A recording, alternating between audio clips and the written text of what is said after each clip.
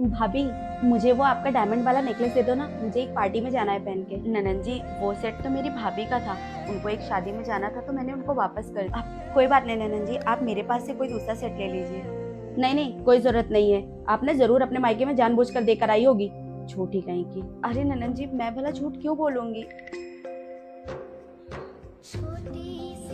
बहुरिया, जी माँ जी। आज घर में मेहमान आ रहे हैं तो नाश्ता पानी और खाना पीना बना दे। माँ जी, मैं सुबह से काम करके बहुत थक गई हूँ, आप प्लीज ननन जी को बोल दीजिए, उन्होंने सुबह से कोई काम नहीं किया है। अरे वो क्यों करेगी भला, घर की बहू तू है ना, तो चुपचाप तू जाके बना। माँ जी, मैं सच में थक गई हूँ। अच्छा एक काम करिए, आप चाय नाश्ता बना दीजिए, मैं खाना बना देती हूँ। ई क्या बोल रही रे बहुरिया, बेशर्मी की सारी हदें पार कर दी है। नई आई थी तब तो बहुत संस्कारी बन के फिर रही थी। वाह माँ जी, क्या बात कही है आपने। जब तक मैं आप लोगों की बातें मानती और सुनती थी तब तक मैं संस्कारी थी। आज मैंने अपने लिए 2 शब्द क्या बोल दिए, मैं बदतमीज और बुरी बन गई। बाप की कीमत जब घर में बाप नहीं होता है ना, तो कोई भी आके कुछ भी सुनाकर चला जाता है और पूरा परिवार सर लटकाकर खड़े के खड़े रह जाते हैं। पिता घर में है तो उसकी इज्जत करो, क्योंकि पिता घर का वो पिलर होता है जिसके दम पर पूरा घर खड़ा रहता है। हमारे बातों से जितने लोग सहमत हैं वह लाइक सब्सक्राइब जरूर करें। ओ महारानी, ये ना तुम्हारा मायका नहीं है, ससुराल है, समझी। और ना मुझसे ढंग से बात किया करो, ननदू तुम्हारी, समझा ले अपनी बीवी को, बहुत पर निकल गए इसके। अच्छा ठीक है, मैं बात करता हूँ।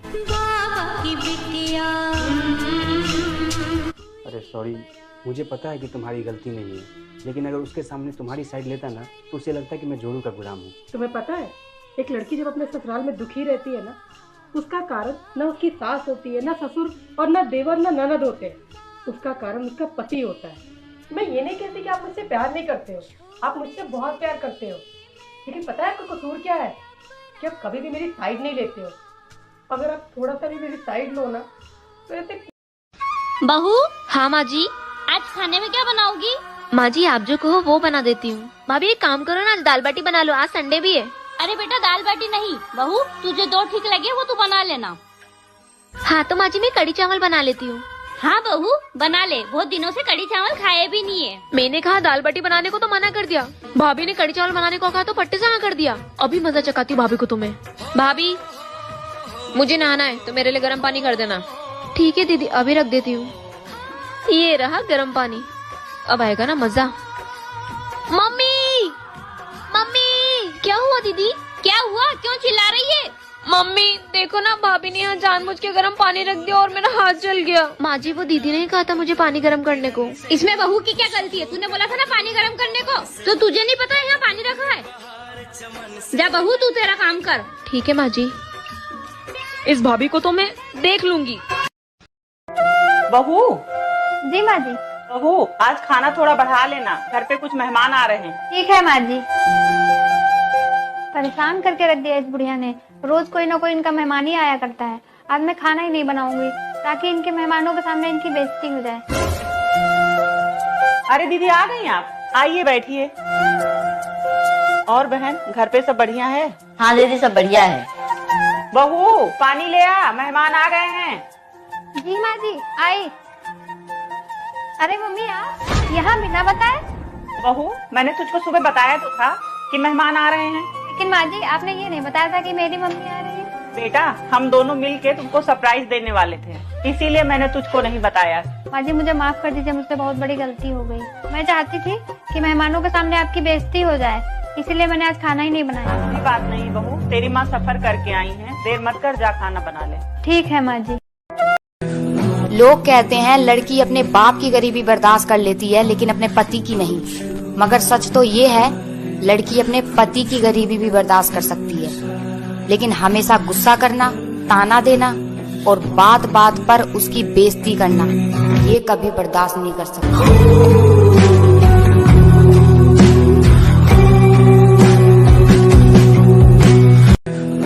हेलो माँ। हाँ बेटा। माँ प्लीज विदाई करा लो यहाँ से मेरी। कोई बात है क्या? मैं यहाँ रह रहे के थक गई हूँ, क्या बताऊँ आपको। तो ना इनके घर में एसी है ना कूलर है, सारा दिन गर्मी में रहना पड़ता है, यहाँ तक कि रोज रोज गर्मी में खाना भी बनाना पड़ता है। अब मैं ये सब और नहीं झेल सकती माँ। तो बात करवा अपनी सास से। ठीक है मैं अभी बात करवाती हूँ। माँ जी। हाँ बहू। मम्मी बात करेंगी आपसे। हेलो। हाँ समदन जी, प्रणाम प्रणाम। मेरी बेटी की विदाई कर दीजिए, उसे वहाँ पे सुकून नहीं है। आप लोग गर्मी में उससे खाना बनवाते हैं, ऐसी सास होने से अच्छा है कि मेरी बेटी बिना सास के ही रहे। समधन जी, ई का तरीका है बात करने का और विदाई मांगने का। एक तो आप पूरे 1 साल बाद फोन करके विदाई मांग रही हैं और वो भी इस तरह से। आप बताइए विदाई करेंगी या नहीं? हाँ करूंगी। आप कल अपने बेटे को भेज दीजिएगा और ले जाइएगा यहाँ से। बहू जाओ, जाके पैकिंग कर लो, लेकिन मेरी एक बात हमेशा याद रखना, अपने माँ के संस्कारों से बाहर निकलने की कोशिश करना। ऐसे घर नहीं चलता है बेटा। हेलो माँ। हाँ बेटा। माँ प्लीज। बेटा, तेरी भाभी मुझे घर से निकालने इस उम्र में मैं कहाँ जाऊँ? क्या माँ, भाभी की इतनी हिम्मत? रुको मैं अभी आती हूँ आपके पास। मम्मी कहाँ है भाभी? भाभी, भाभी। अरे दीदी आप बैठो ना। मैं यहाँ बैठने नहीं आई हूँ।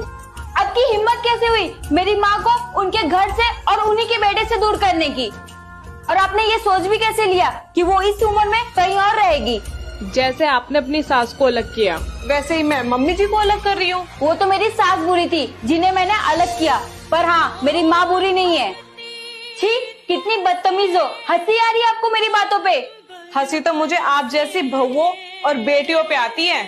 अपनी सास से अलग रहने वाली बहू भी अक्सर मायके में आके कहती है वो तो मेरी सास बुरी थी इसलिए मैं अलग हो गई, बस मेरी माँ अच्छी है, वो तो भाभी को सेवा करनी नहीं आती। बेटा, तेरी भाभी ने मुझे घर से नहीं निकाला है। मतलब?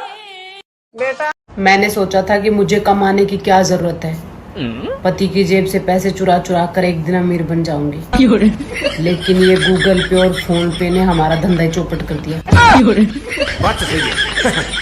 मैंने सोचा था मैं तुम्हें एक बात बताऊं? हाँ बताओ। 31 दिसंबर की रात सोना मत आ, क्यों? नहीं तो अगले साल उठोगी। बात कुछ समझ न आए। मैं तुम्हें एक बात बताऊं? हाँ अरे आ गया बेटा तू? आजा आजा, चल आजा। मम्मी जी कौन है? तेरा गुलाम। हरि राम कृष्ण जगन्नाथ।